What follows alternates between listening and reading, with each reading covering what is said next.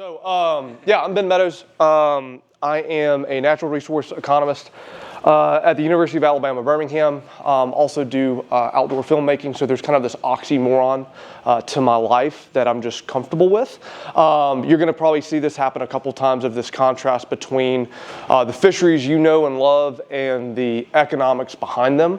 I don't know if you had a good experience in your econ classes in high school or in college, if you slept through them. But what I know from kind of my experience is that, still need it? Okay. Storytelling is king. That is how I communicate with my students. So the way I would warn y'all about how this is going to go down is that this should taste like ice cream. And then you need to leave the room and realize that I've fed you vegetables, okay? So that's what we're gonna do. I'm gonna bait and switch you into learning today, and I'm hell-bent on making it happen, okay? So it's a little bit of manipulation, it's a little bit of trickeration. But I wanna kind of talk about what is a really interesting kind of perspective about moving the economic conversation from kind of harvesting models to catch and release. And it's really interesting. I had a great conversation yesterday with 2 hours of sleep because I chased around stripers in the bay with Joe Gugino.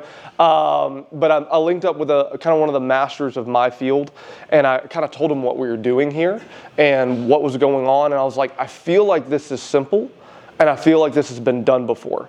And he's like, it hasn't. He's like, you're onto something here. And so that's why I've got a little more wind in my sails today. And I want to kind of talk to y'all about what we're going to do. So again, this is your warning that we are going into vegetables, but it's going to taste like ice cream because look, I put a picture of a fish there. So I'm going to try to make my slides pretty, make this fun. We're going to talk about kind of the standard economic understanding of fishing. Then we're going to talk about the problem with it, especially in your context for stripers. And then what I'm going to lead you to is something that you already know if you're in this room, is that the value that striped bass give you as an angler is way higher than their fillet value, okay? You already know that. So, again, you've learned all you need to know, but I want to show you why that's economically relevant today, okay? So that's where we're going, and this is how we're going to do it. Also, shout out to Cody for giving me these wonderful pictures of striped bass, because I know y'all need to see pictures, y'all don't want to read text, okay? So, as an economist, we measure value with dollars. It's this nice thing. I don't have to speak 14 different languages. I just talk in prices, and everybody understands. Markets are this great thing because we know, like if I was like, hey, dude, can I sell you a gallon of gasoline for $8? You would tell me to get the hell out of the room and move on, right? Because you're like, I know the value of gasoline. If I try to sell you a $45 cheeseburger, you're like, that better be organic and massaged and the cutest cow I've ever seen. It better be a good hamburger, right? You know prices, you know value, right? And in fisheries economics, we still know this to be true. How much is a striped bass worth? Well, let's kill it first, fillet it, take it to a fish market, and then I can tell you the value that that resource gives you, right? Because that's a monetary instrument that we can all understand. Now, in fisheries economics, I'm just going to give you a little bit. I promise we're not doing algebra. It's going to look like it. I promise we're not, okay? But in fisheries econ, we typically represent harvest with the letter Y and the amount of fish swimming out there as X. And that's kind of the title of this talk, is talking about, can we move our conversation away from talking about how many we're harvesting to how many fish we're having, okay? So here's your primer on fisheries econ, okay? As an economist, and some of you who are business owners, you actually obey this too. How do you know you're doing well? How do you know you're doing the best? You try to get profit the highest. Now in econ, sometimes in natural resources, we kind of make it a little more opaque, and we say we're going to try to make benefits the highest, right? We want the benefits minus the cost of whatever we're doing to be the highest, okay? Now, when we're talking about classic fisheries, okay? Classic fisheries, not natural resources yet, but just classic fisheries, we're going to say, look, I know that fish give us revenue, which is the price of a fish that I sell at a fish market, times the amount of fish I sell. Yes, I know I didn't spell quantity right. I know I'm a redneck from Alabama, but I'm trying to remind you Y means how much you're harvesting, okay? And then, of course, you don't get to keep this money. That's your revenue. You've got to subtract off your costs, and that's how well your optimization around fisheries is doing. So realistically, when we think about how well a fishery is doing from an economic standpoint. We're like, basically, how much profit does this fishery give us? Now, if I'm being super nerdy with you, I think you've tracked, right? Revenue, which is the price times the amount of fish I've caught, is actually the cost to go get these fish. I can actually be a little clever here. It costs me to like run the boat to, of course, go harvest these fish. But it also, if there's not a lot of fish to be found, it's really costly to go find the fish. So in fisheries econ, we typically say, look, cost is not just how much, my seine nets or my gill nets or whatever, tactic I'm doing costs. It also, the amount of fish controls the cost from the fishery side. Now, again, I know in this room you're like, Ben, I release striped bass. I don't give a crap about this. I get that, but I want you to know this is the conversation econ has. Your state legislators, your federal folks who work in this realm, this is the way they think. If they call a fisheries economist, they're thinking like this, okay? And if you're like me, you're like, no, I get really happy when for those of you who are doing this cheeky schoolie tournament, right? And you're like, no, I get happy when I see lots and lots of fish. I'm getting to that, I promise. But I'm saying this is the world of kind of fisheries econ, okay? Now, we do know, and this is 100-year-old econ, this is nothing new, okay, that there's some problems with just this kind of classic model, okay? The first one, and I've seen this from the shores of Colombia in South America all the way to Alabama in my home state. There is an issue in fisheries econ, most of y'all know this as the tragedy of the commons, okay? It's this idea, right, is that if I am, a fisherman in this natural resource, and I catch a fish that is harvestable, it's sellable, it's one that I think I can make money off of, I have no incentive to conserve.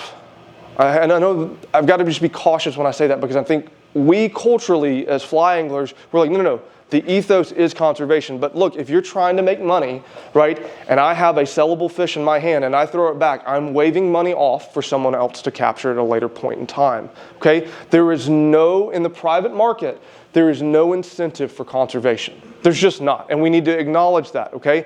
And so for fisheries economics, we've realized this, like I said, for 100 years. And we know that because of this disincentive, fishermen affect one another. And so how do we fix it? We either initiate quotas, which a lot of you are like, okay, now this is sounding more of like what I've heard from the government, okay? We try to, my favorite policy is a landing tax. Basically, not favorite, like I just think it's funny, like you basically bring a fish on shore and it's like, I'm charging you for catching that fish. What are we trying to do from fisheries economics? We're trying to make your cost more expensive so you stop harvesting fish, okay? I didn't put it in here, but gear restrictions, there's a lot of funny gear restrictions across the world. Gear restrictions, when we put those in a commercial market, we are literally saying to a commercial fisherman, I want to make you bad at fishing. You're really good at this. You're harvesting too much. I'm going to make you bad at it, right? Because basically what we're trying to do is we're trying to fix this disincentivization for conservation through some really kind of sloppy ways, okay? And then the most kind of advanced tool is individual transferable quotas, but I hope all of you in this room who value catch and release fisheries, none of these fit our bill, right? None of these really feel like the world we live in. This feels like the commercial side, and you should kind of feel like on the outside looking in, okay? And that's where I've noticed, and again, I'm not like trying to put a ta-da moment. That's not it at all. I just am like, there's this conversation I hear fly anglers have. There's this conversation that I hear natural resources economics have, and there's a missing thread between them. And I think that's what this is, okay? What if there's people, really weird people, the kind of folks that, go out with a fly rod and go and catch fish, who just value the fish for being there, right? Who go to from my accent, you can tell I fly fish for redfish. Like if I push into a pond in Louisiana and I see 20 happy redfish popping shrimp, that makes me happy. I would pay oodles of money to make that happen with more regularity, right? And the thing that you should realize is that is nowhere found in fisheries economics, right? And it's not just I have a warmth in my heart. It's like, no, I would pay good money, right? The ASGA folks referenced Captain Bailey Short. Like if I was on a trip with him, and I wanted to be like super narcissistic econ, right? I'd be like, yo, bro, how much do I have to pay to see those like 20 redfish popping shrimp? I have a monetary valuation in my head of how I want to experience that fishery. But notice none of the tools we're using right now acknowledge that. Basically, your valuations as recreational anglers are not reflected in basic econ models. And so that's a problem. Okay, that's a problem. Okay, and I want to point this out because now this should help you understand why commercial fishermen do not get you, or maybe do not like you, or y'all just don't get along. Okay, you're speaking two different languages because what they see, right, is when you return the fish to the water, they're like, that's valueless, right? You catching that fish is wasted time. It's cute that you like to do it as an angler, but it is waste. It is not real. There's no dollars attached to it. There's no, real economic value. And to quote, Lee Corso, like, wait, not so fast, my friend, right? There is value attached to that, but we're having a problem actually figuring out or at least attaching value. But I just want to be clear, right? Look, when I hooked this, so this is my buddy Dan with a beautiful redfish. When he pushed that fish off and it swam off, the fish did not charge his Venmo. He did not have to, my buddy George, who was poling the boat, George did not say, hey man, you owe me 400 beers for that fish, although that would be fair, okay? There was no charge that happened, and basically economists, to make fun of us, we were like, well, they paid a license, so that's kind of the same thing. It's like, no, it's not, right? You paying your fishing license is not the same thing as valuing this thing that just happened. And so we need a different tool set. Now, this is where I'm going to lean in and kind of talk a little bit about the fishery that y'all know and love, because I think it's even more complicated when we think about Atlantic striped bass, okay? Because there are commercial fisheries attached to striped bass, that means there's people who are still living in the very classic fisheries econ world. There's also folks who like to catch and kill, okay? And so that means that they, in their head, are like, I'm getting some joy, and I'm not going to walk through these numbers now because I'm realizing not the time and place. But they're getting, like catch and kill anglers, they get value from some releases and some catching. But as the conversation I had yesterday, typically how economists have measured this is basically they'll ask a fisherman, like a NOAA survey or something like that, if they have to return a fish to the water, how valuable was returning that fish? Well, if you know catch and kill anglers who are over their bag limit, they're pissed, right, when they hit their bag limit because they're like, shit, I have to throw these back now, right? Those fish aren't as valuable. So what I'm realizing is that, no, we have 3 buckets of anglers. We've got commercial, we've got catch and keep, and then we've got catch and release, right? And it's not that I'm like trying to pad y'all's like egos and make you feel good, but it is a different exercise completely. Because again, we anglers who do a lot of catch and release, we're kind of weird. We basically want to make a fish late for a meeting, to quote Mitch Hedberg, and then, that's it. That's all we're doing here. We actually have no interest in harvesting the fish. And again, what we're doing from the policy side is we're not even acknowledging or balancing this kind of crazy act. But what I want to do first is I want to first prove to you that there is value to catch and release fishing. So the thing I want to do, and I'm way out of my league, so Kyle, I'm going to put you on the spot, okay? What's a dream fish for you when it comes to a striper? Give me the inches. Geez, shallow water, 40-inch fish. Okay, shallow water, 40-inch fish.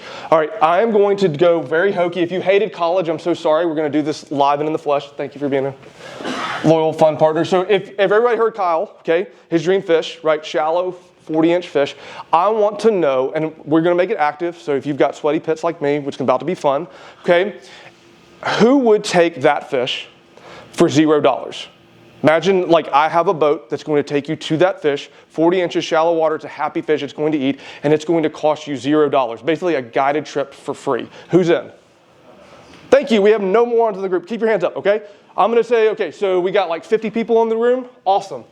So at $0, you're like, oh shit, we have to do math. Yeah, we do, sorry. Right? There's 50 people who want this 40-inch striper in shallow water, okay? There's 50 of y'all, right? Hands up, I know we're stretching, I know it hurts. All right, $5, who's still in? Yeah, we're doing kind of an auctioneer, it's fun. All right, $10, $20. Damn, y'all love striped bass. $30. Nobody, now we're like, oh, I have to put my hand down, they're gonna judge me. All right, 50. I'm just gonna do 100, 200. All right, we lost some people. You cheap asses. Where was I? Did I say 200? 300. I'll go 400. 400. Damn, 500. 600. We're just in a competing game. 700. All right, we lost some people. 800. Yeah, Yeah, 900. Let's go 4 figures, 1,000. Oh, wow, we're back up. Now I'm polluting my data. 1,200, 13, 14. Okay, so now we have, oh gosh, I gotta mess up my axes here. All right, so fun fact, if you wanted to like call your mom or your wife or your girlfriend, or if you're like hitting on someone in the bar tonight because you're single and you want to sound nerdy, like I learned about choke points tonight. That sounds a little sus, never mind, I didn't say that out loud, but what you just learned is a fisheries economic concept called a choke point or a choke price, which means the price that everyone bails the market. Does that make sense? So we found out that there's nobody in here who would pay more than $1,400 for that 40-inch striper on the flats, okay? You're now a nerd, congrats, you're on my team, okay? But the other thing that you just did unwillingly, and it was full of tricks and not fair, I was really mean for doing this, we have now created what economists call a demand curve, okay? And all this does is it tells me how much people love striped bass. Here's what I mean, okay? I can basically trace out with your hands, right? When I charge you $0, all of y'all wanted that fish. When I charged, I think it was $1,200, we had like 2 people in the game, okay? We had 2 people, and so I know, right, how much like people value these fish with a monetary instrument, right? So basically what commercial fishermen said, I mean, sorry I'm cussing a lot today, I hope that's, have you ever heard cuss words in New England? In the South, we love them. I thought y'all do. I've heard it. Okay, Tony brought him up here, good. I'm glad that was a good import. But it's bullshit, right? When a commercial fisherman says what you do is valueless, it's horseshit because we just saw it, right? I just saw it in the room. Now, let's go ahead and feed the beast when it comes to, like, again, the angst that you may feel as a catch and release angler. You go, but Ben, I didn't pay that, right? I went fishing with Kyle and I paid him a couple of beers and $0 because we're friends. And what you've stumbled upon is the crisis of natural resources, okay? You are, here, you ready for more vegetables?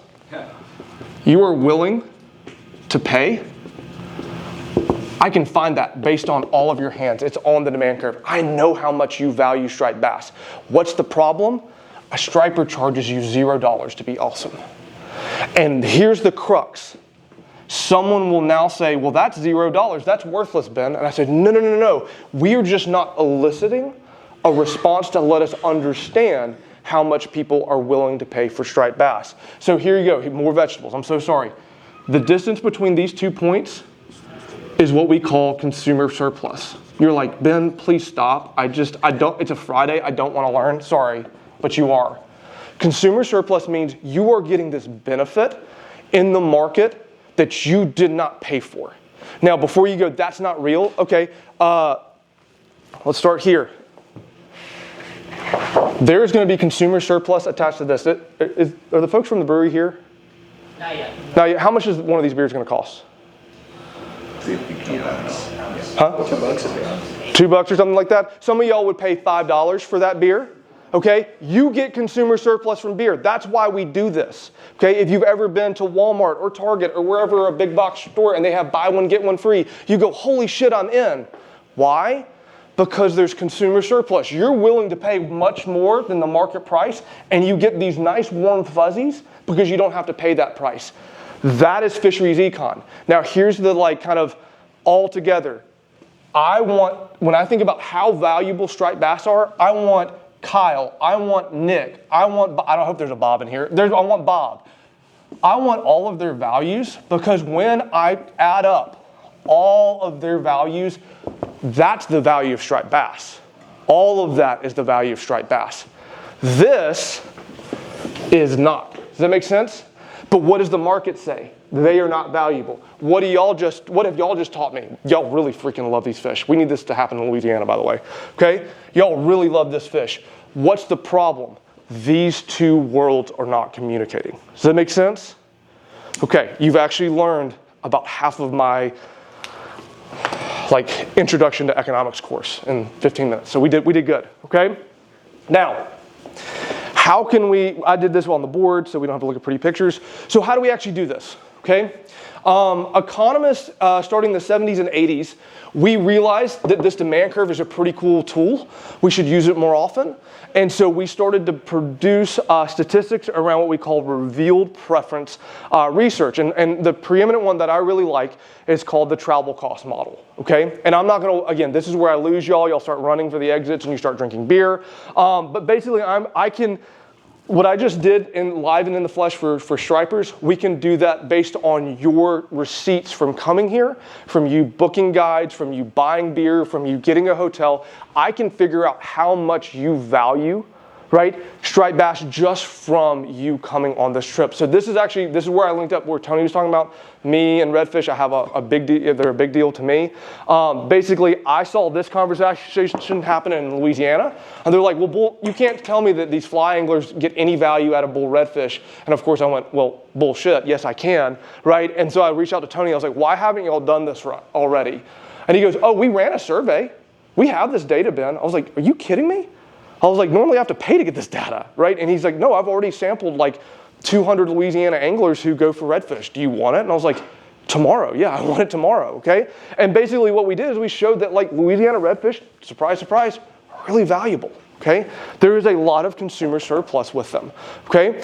Now, this is a really good tool that helps us understand the valuation of these natural resources. But I want to point out that it's actually a little more fluffy than that, okay? Because here's the thing. If we do this right, and we start to push on markets to show the true value of striped bass, what are we doing? We're saying that striped bass has a lot of value. So what do I want? I want more value. How do I get more value? Like Tony was saying, we have higher stocks. If we have more stocks, what do we have? A higher total valuation. What does that do? That invites more anglers. Now, it goes for the folks who are gatekeeping and they hate other anglers. I'm sorry, we're going to lose y'all here. But as you have a more robust stock, my kids, they're now interested in fishing.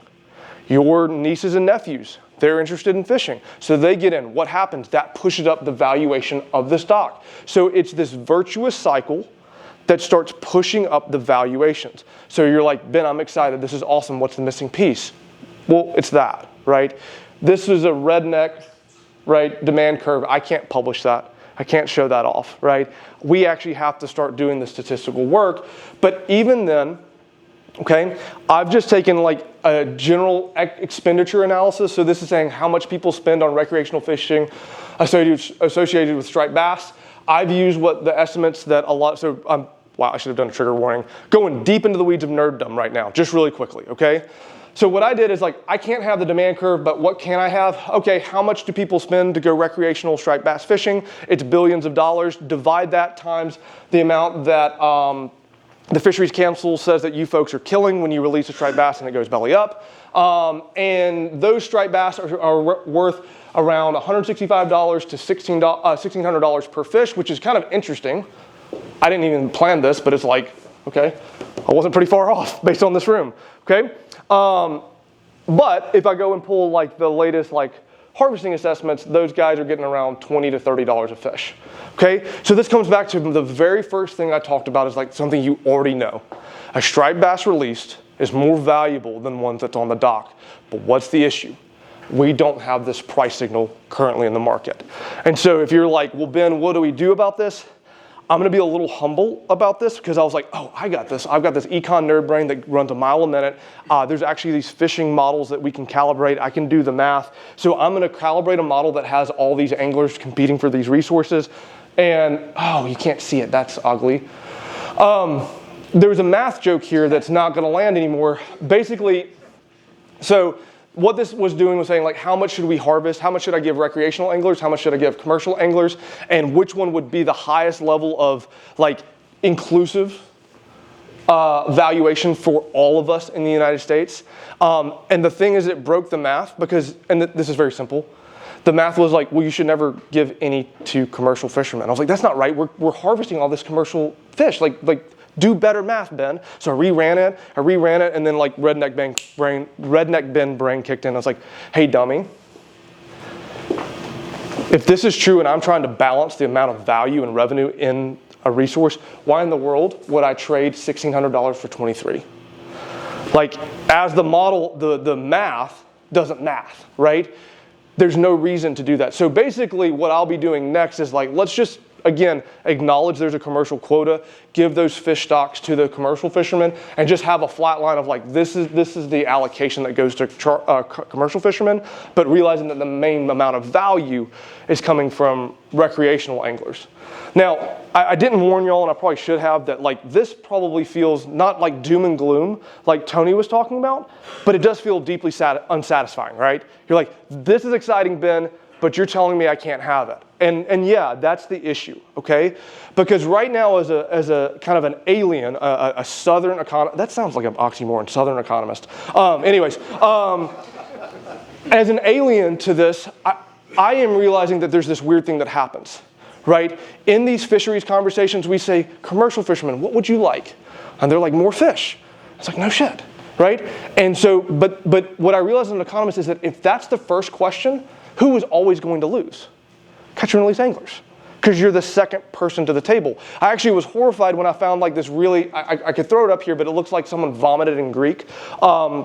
This economic research study that showed that like this is how it works, right? When you have two competing stocks, two competing anglers, so one is recreational and one is commercial, you should allocate stocks about who gets there first.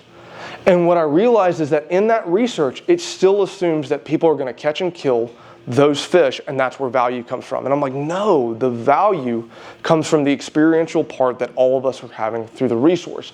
So what can we do about this? I think this is where y'all like start throwing rotten tomatoes at me, and I run for cover, and I go get a beer myself, okay? There's a gap here, and I want to be clear and humble. I don't know what to do about this.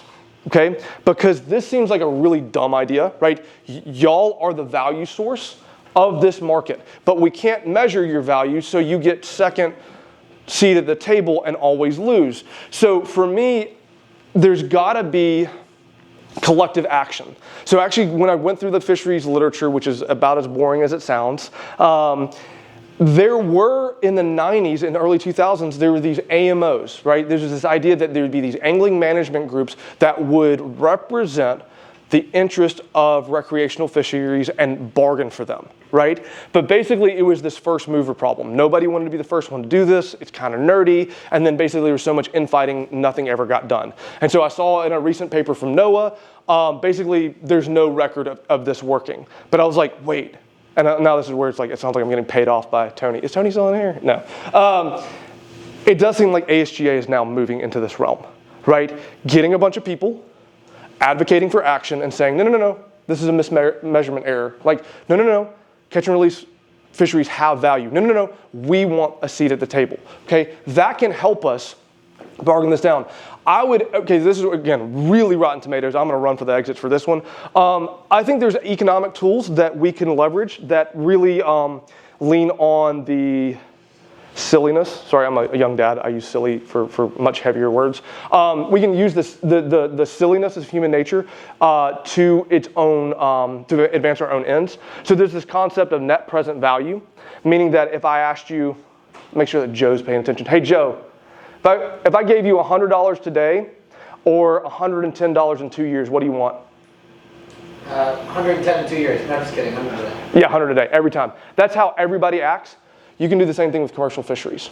So if y'all could figure out like the prime age of a striped bass, like what you want to see as in an AMO, if I can get millions of anglers there, get them to bargain and pre-buy, especially for a stratified stock like striped bass where it's cohorts, say, hey, I want to buy half of the 2023 class, okay? But commercial fishermen, I am not giving you the full market rate right now for monetary exchange in 10 years. I'm going to discount it because I know you're going to take the deal, right? If we all came together and said, we're going to give you $1 million to not touch this cohort, right?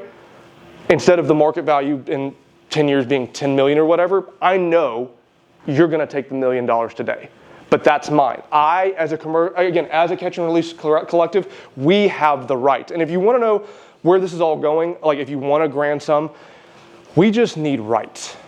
and I'm putting myself in there because I'm a catch and release angler too, if you can't tell, okay? We need property rights because once I have a right to a Louisiana redfish, once I have a right to a striped bass, right, then we can actually manage the stock. And so then for the commercial anglers, like, yo, I want this fish more than you do. Actually, like, imagine if I could like do a selfie camera and there was 50,000 people in the room right now, right? If there's 50,000 of us in the room and we all bought in for that stock, we can pre-buy out a lot of these commercial fisheries. And again, some people are like, well, that's just kind of weird and woo-woo. It's like, no. This is economics, right? We're saying, I see the value of this resource. I see it coming down the pipe and I want it. And I have the monetary instrument to do it. That's just econ. Okay. Now, it's a collective action problem. You need lots of people so that that's not a heavy, like, again, that's a lot of money. Okay. I think revenue for striped bass in 2023 is $14 million for commercial fishing. So there's this that's a lot of money. I've never seen $14 million before, okay? But at the same time, if you divide it by the hundreds of thousands of anglers, it's not. So there's this and then we also need to do the net present value to get that price down. So that's an edgy idea that we can leverage the human preference for dollars today versus dollars tomorrow, okay? The other thing I think is just from a rights standpoint, let sustainable fisheries speak first. Like, hey, we claim a quota that we're going to manage and take good care of, and we want to be at the table first, okay? Because we, as catch and release anglers, know that the value of a striped bass is if I can catch and release it 20 times, there's value associated every single time, and I want to manage that, okay? Now, if you're like Ben, again, no one threw anything at me, so that's a win. I'll take my wins. Non-edgy ideas, some of the stuff that ASGA and you as anglers are already doing is really good. Like the local single campaign, right? If you can drive down the lowered mortality, that's a good negotiating stock, right? You can go to NOAA or whoever is going to be managing the stock. Again, Tony's got my head kind of spun up about federal regulations. If this becomes more of a states issue, it's going to be a mess. But if you lower mortality, you have a better negotiating point at the table. Right? We're basically, again, I'm catching a fish, I'm releasing it, and not a lot of them are dying. So that helps with kind of the advocacy element. And then last thing, I wrote this 2 weeks ago, so I'm really glad that Tony brought this up. We're not collaborating. Okay, we need continual improvements in data collection because like Tony pointed out, I was really frustrated as an economic research about the way the weight of the spawning stock.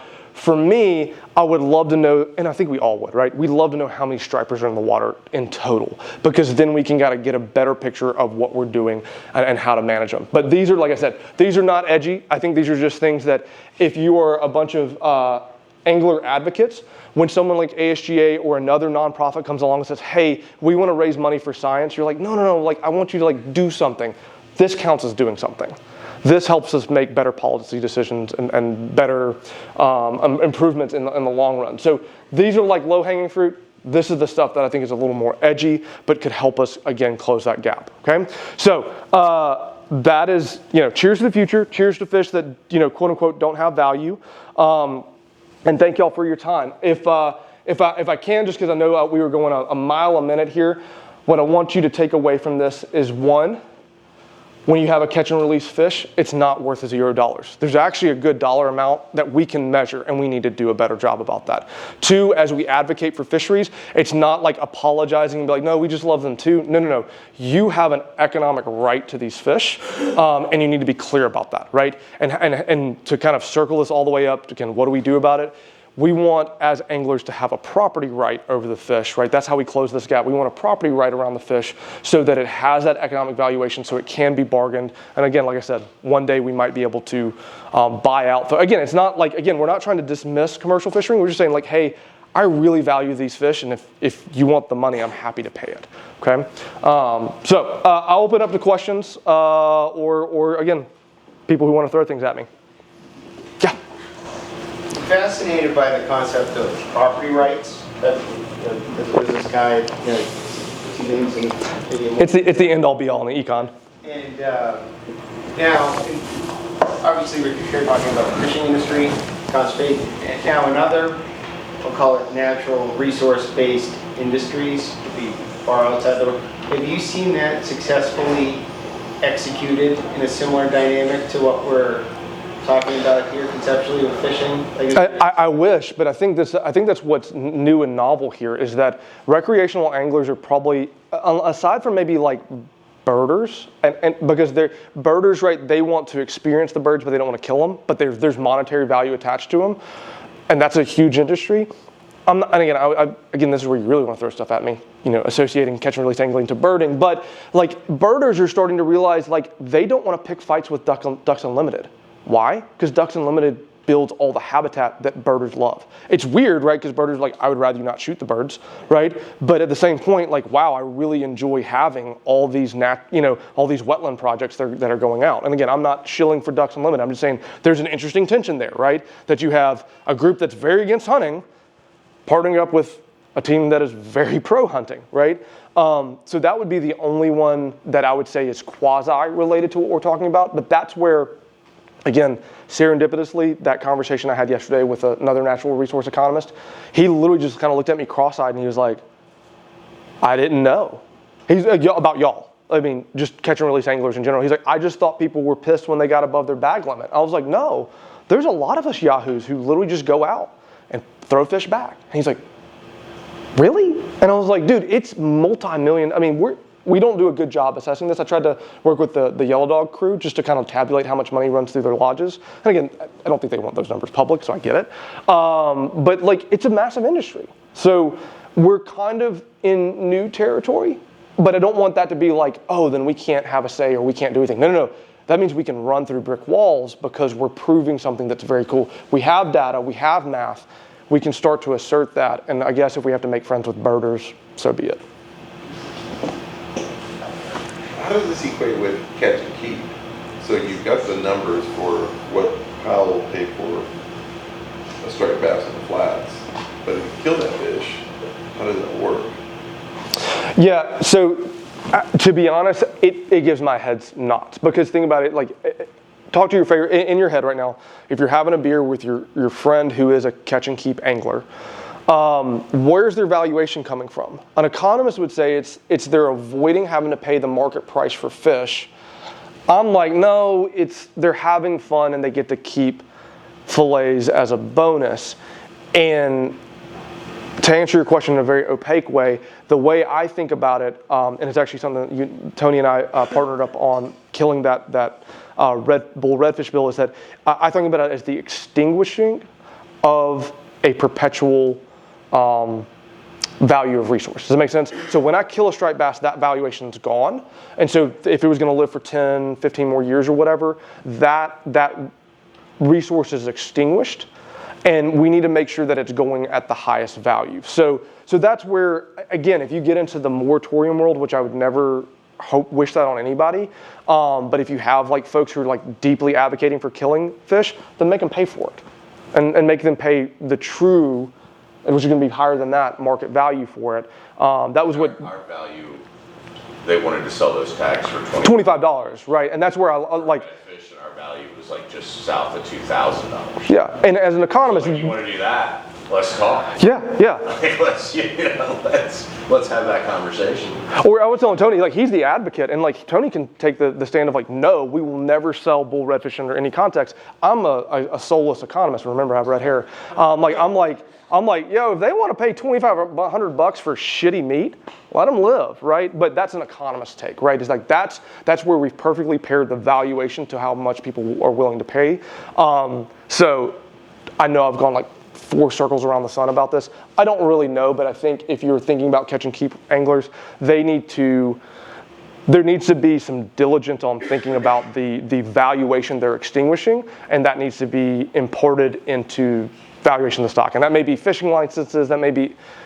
And Edgar, like I don't think we're there in the conversation yet, as far as like where the rubber meets the road in management. Where we are in conversation is like, there's a value behind besides a dead fish. Most of the valuations that we see, there has been some work done on striped bass, but most of the valuations that we see are like, what is the value of this dead fish, whether it was caught recreationally or commercially? And we're kind of like, can we just have a part of the discussion? We're not saying we're better, we're not saying anything, but it's, we're saying, holy shit, you need to figure this out because there is a massive economy around it. And then if you look, they've kept records since the mid 80s, and like 90% of striped bass are released. And that's been, we've had a 2 fish limit, we've had a 1 fish limit, we've had different, a minimum size, a slot limit. There's been massive changes since I think 86 or 88, 86 when it started. And that line is just consistent. People choose. Some would say, oh, well, it's because the strict regulations. Well, the regulations weren't so strict a while back. And we still chose to release about 90% of the fish. So, all we're saying right now is like the bare minimum, looking for crumbs, like at least have consideration for what we do, because unlike birding, unless you just smack one with your car when you're going to the marsh to look at them, like we do kill fish no matter how hard we try not to. And pretending that we don't is not being honest with yourself as a fisherman. So we take our toll on the resource as well, but they need to consider our impacts, because they're pretty positive. Now, this is more of a wondering out loud, sort of a big question. So I'm a manufacturer, fishing tackle. I'm sitting next to a retailer who each touch tens of thousands of people. There's other manufacturers or guides. So collectively, we're touching hundreds of thousands of individuals with high engagement with relation. So there's a lot of data flowing through all of our businesses every day. And I would say 90% of this business is all supporting, what we're all talking about here, catch and release, a balanced economic perspective between, the commercial, the simple, the mid and the range. And so I'm, I guess, wondering out loud, this is a big question for this, like, are there best practices for data we should all be capturing that could help someone like you? And if there was like a, like a metadata structure, because, we have for example, my company, we have very high, we do a lot of surveys and share that information back. So we have huge amounts of data, but are there best practices for, to help you or help the industry, or is there stuff we should be looking at or holding or sharing, or just, we're here just... Yeah. So if you're speaking for all the manufacturers in the room, that's awesome. No, I'd love to do a survey that would help us get a baseline of the catch and release valuation. There are other tools besides travel cost that were used. Again, another conversation I had with another economist. I came up with this hypothetical question. You're on a charter trip, and the guide says, Kyle's not here anymore. Charter says, hey, I know a spot where I can get you a 45-incher. Are you in? And everyone in this room says, hell yes. And he goes, but it's going to cost you. What I can do, if we run that survey, get everybody put in. How much would they pay for that moment? We've now got hard, fast price, and that may help us move the needle a little bit. So, let's have that conversation. But like in best practices, this actually goes back to what Cody was talking about. What y'all are trying to do, and this is me as, again, the Alabamian oxymoron economist, right? Stepping back is what you're trying to do is make the transformation that largemouth bass had years ago, where who anymore celebrates filleting largemouth bass? I mean, it's not like killing a permit where you'll get shot, but no one, it's like, oh, look, I'm frying up largemouth bass. Like, cool story, bro, who cares, right? And that's where you're trying to go. Y'all are holistically trying to push a culture of like catch and release angling, not because you're better than it, but it's just like this is the way the world we want to live. So for me, it is an information story. It is a communication strategy. Again, Cody's the better person to talk about that with, but I think one thing I couldn't unsee, Tony, this is your fault, is when y'all are talking about like, hey, things are good right now, but they're about to be bad. Humans are horrible at this. We're always bad. Like if you're like, hey, apocalypse coming in 5 years, you're like, cool, I'm gonna start drinking right now, right? We typically don't handle lagged consequences really well. That's just human nature. But what I realize is that what Tony is telling y'all, right? And again, this is just, I don't have this cohort structure, but if you think about how like here's your 2013 cohort, they grow, and then they die. Then you have, 2015, they grow, they die. If Tony is telling us that the data is pointing to some really bad cohorts, so this is time and this is pounds, okay? If this is starting to happen, okay, one, human beings were horrible at seeing this coming, but I also realized that, look, again, some of y'all are like, no more math. But look, if we add these curves up to the total amount of fish that are swimming around, Tony, y'all are both right. I'm having a really good striped bass right now. I'm catching a lot because it's adding these cohorts all together. The problem is that you're at the tip of the mountain and you're about to start falling off, and then you're like, what the hell happened? And again, humans with lag consequences, we don't adjust really well to that. Okay? And so for me, and this is where I need to step out. I am no longer being a scientist, I'm being an advocate. Okay? For me, on the data and communication side, I think there's a spin that says, I want my kids and grandkids deserve better. It's not that we're going to die and we're falling off a cliff and it's doom and gloom and that we're going to shut down business because no one's going to buy lures anymore because the end is coming. It's saying, this is freaking awesome and I want my kids to have it. And so to do that, hey, we're going to do some policy action that the fisheries biologists, and again, I'm stepping out of my realm, I'm not a fisheries biologist, but whatever fisheries biologists say we need to do to protect those next spawning routines, activate anglers to realize that there's this lagged consequence coming and they have a seat at the table. They can advocate for the rights of their children and their grandkids to have the right to fish for striped bass, but it's kind of, to quote Tony, it's go time. And so that's the I can't unsee the math, and I can't unsee the value y'all have as tackle shop owners, as lure manufacturers. If you do have that data, what behavioral economics calls gentle nudges. You don't have to smack them and say that the world's about to end. You just have to say, hey, we want better for our kids and grandkids, and we see an opportunity, and we got to figure out what the opportunity is, but it's like a gentle, consistent stream of information to activate folks towards that. And like I said, if we run a survey, then you can also clap, then you can clap really loudly and say, look how awesome we are. This is how much we love striped bass. So I can be the Cody in the room. I can see there's a lot of promise as a fishery moves from commodity to like renewable resource. That's a wonderful thing. And I would say y'all are in the growing pains of that for striped bass, like largemouth bass, it's already there. Permit, bonefish, tarpon, they're already there. I feel like striped bass is getting close, okay? And I think, this again, personal belief, this is advocate, not scientist. It's not about wagging fingers, it's encouragement of like, yo, this is really cool, this is really valuable. This is what I want for my kids. I think I'm out of time. So,